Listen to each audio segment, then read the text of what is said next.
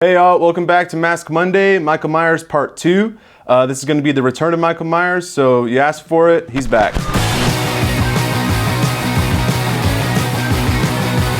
Alright, you've waited long enough, let's check out the rest of the Michael Myers masks. So this was not the H4 mask that we were promised, but I actually really love this mask. It's super different from all the other ones. It's the only one with sideburns, which is hilarious, and it's the first one to have the painted eyebrows. With the super stark white paint job and the way that the eyes are cut, he kind of looks like startled and like taken aback and kind of clowny.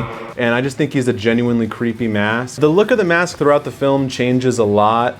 In the first scene with the mask, when he grabs it from the drugstore, it looks pretty similar. It's white and has brown hair and has the sideburns and everything, but the eyes are really small, like a Kirk mask. I guess it's before Michael Myers off-screen cut bigger holes and added the black mesh in the eyes. But speaking of it looking really different in a lot of scenes, I'm gonna pull out the Tramer and the Kirk mask again, because as a lot of you fans will already know, there's a famous scene in the movie where Michael's very obviously wearing a just unconverted Kirk mask, and it kind of looks really pink too, and like really bright blonde hair. So I really think that Trick or Treat Studios should make an H4 mask that's basically just a pink Kirk mask with like really blonde Tramer hair, and I know that I would buy one. But all that being said, the classic H4 mask has really grown on me, and the movie's really grown on me too. It's one of my favorite of the whole franchise. It's the first of the Thorn trilogy, and it's my favorite of the Thorn trilogy, but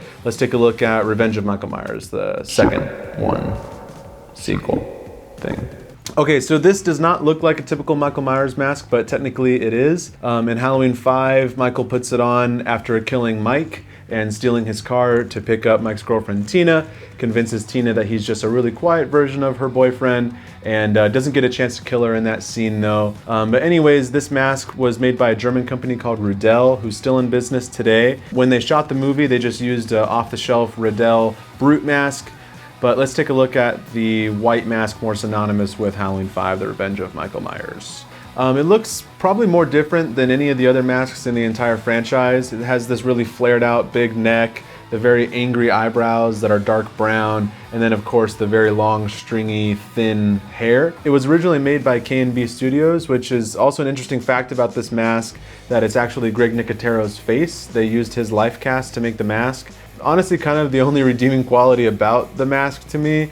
It's not my favorite look for Michael Myers, but it has grown on me over the years, and again, I think mostly just because I'm a big fan of Greg Nicotero and K&B. So let's check out the Curse of Michael Myers mask. Alright, Halloween 6, The Curse of Michael Myers. I gotta admit, it's by far my least favorite film in the franchise, but I do love this mask, genuinely. The eye cuts are really similar to the first movie. The silhouette works really well too. The weathering to it's very cool. It has a very distinct look, unlike any of the other masks, but in an actual pretty cool way. But nonetheless, it is a really cool recreation of the movie mask.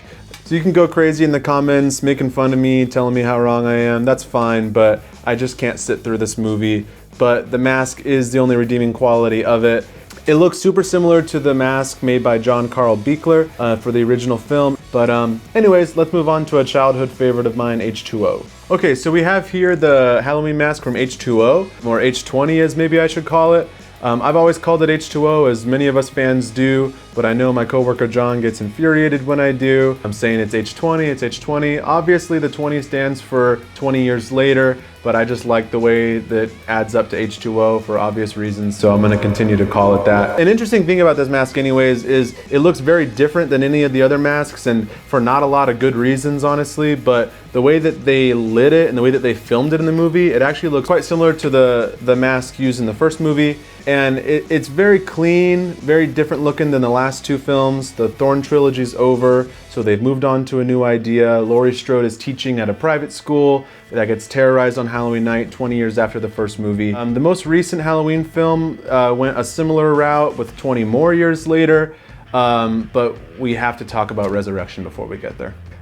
This one's interesting to me because it was the only screen used mask that was actually just a mass produced mask. It was made by Cinema Secrets, who's now out of business, but basically the filmmakers just looked around for their favorite mass-produced Myers mask and found this one and said, yeah, buy a bunch of those, and that's what they used in the movie. Definitely the easiest route that they could have taken. This is another sculpt from Justin Mabry. They did a really great job of replicating this mask. It's definitely not my favorite Myers mask, but if you're a fan of this movie and you're a fan of the way that this mask looks, then again, perfect recreation, go pick it up. And I guess the only thing else I can say about this mask is trick or treat, motherfucker. H18, H40, Halloween, David Gordon Green's Halloween, whatever you want to call it. Here it is, the coolest mask to come out in the franchise since the original. That's of course just my opinion, and it shouldn't come as any surprise considering how much I love the first mask. So this mask looks closer to the original H1 mask than any other sequel, including H2, even though it was technically the same mask. It really didn't look anything like the 78 mask for reasons I already went into last week. But the fact that this mask looks very close to the first movie is no mistake. It's exactly what the filmmakers wanted.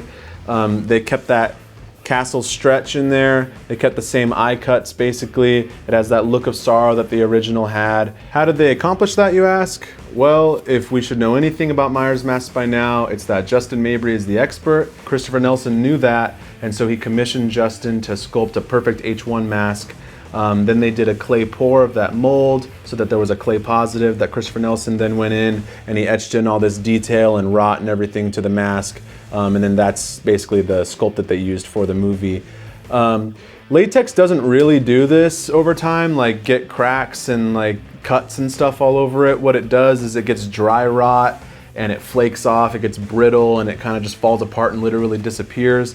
But that doesn't make for as cool of a looking mask as this. I think this mask is really good. They really delivered on it. Believe it or not, I pulled some serious internet karate not to see this mask before I actually saw the movie, and I'm so happy that I did, because when he first dons the mask in the movie, I got goosebumps. It was so cool seeing this mask for the first time just in the theater. This is a smaller mask than most.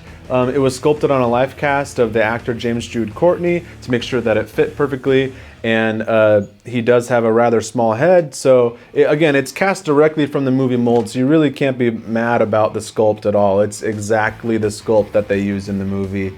It's as close as you'll ever get. I really love this mask. I really love this movie. They really delivered. David Gordon Green's one of my favorite directors, and it was not the choice I would have thought for someone to direct a Halloween movie, but he was definitely the perfect person. Christopher Nelson, the perfect person to get this mask created, and of course, Justin, perfect person to make an H1 mask. So everything just came together. It's my favorite of all the sequels, not including Halloween 3, all the Myers sequels. And I can't wait for Halloween Kills and Halloween Ends. All right, that's gonna do it for Michael Myers masks for now. Thank you for joining me on this epic odyssey of blank white faces and brown hair. It's really crazy to think how much we can talk about such a simple mask, but honestly, we've hardly even scratched the surface. As many of you know, there's countless forums and discussion groups about these masks, and if you're a fan and you haven't already, I suggest you go down that rabbit hole because it's a lot of fun. But the journey is far from over. You bet your ass that we've ordered a bunch of masks for Halloween Kills, and I can't wait to do a video on that when it comes out. Right now, I just want to see that freaking movie. Let us know in the comments which of these Myers masks is your favorite and how much you disagree with everything that I said, because I know that you will. And don't forget to like, share, subscribe. Join us next week for another Mask Monday video, and visit us at nightmaretoys.com.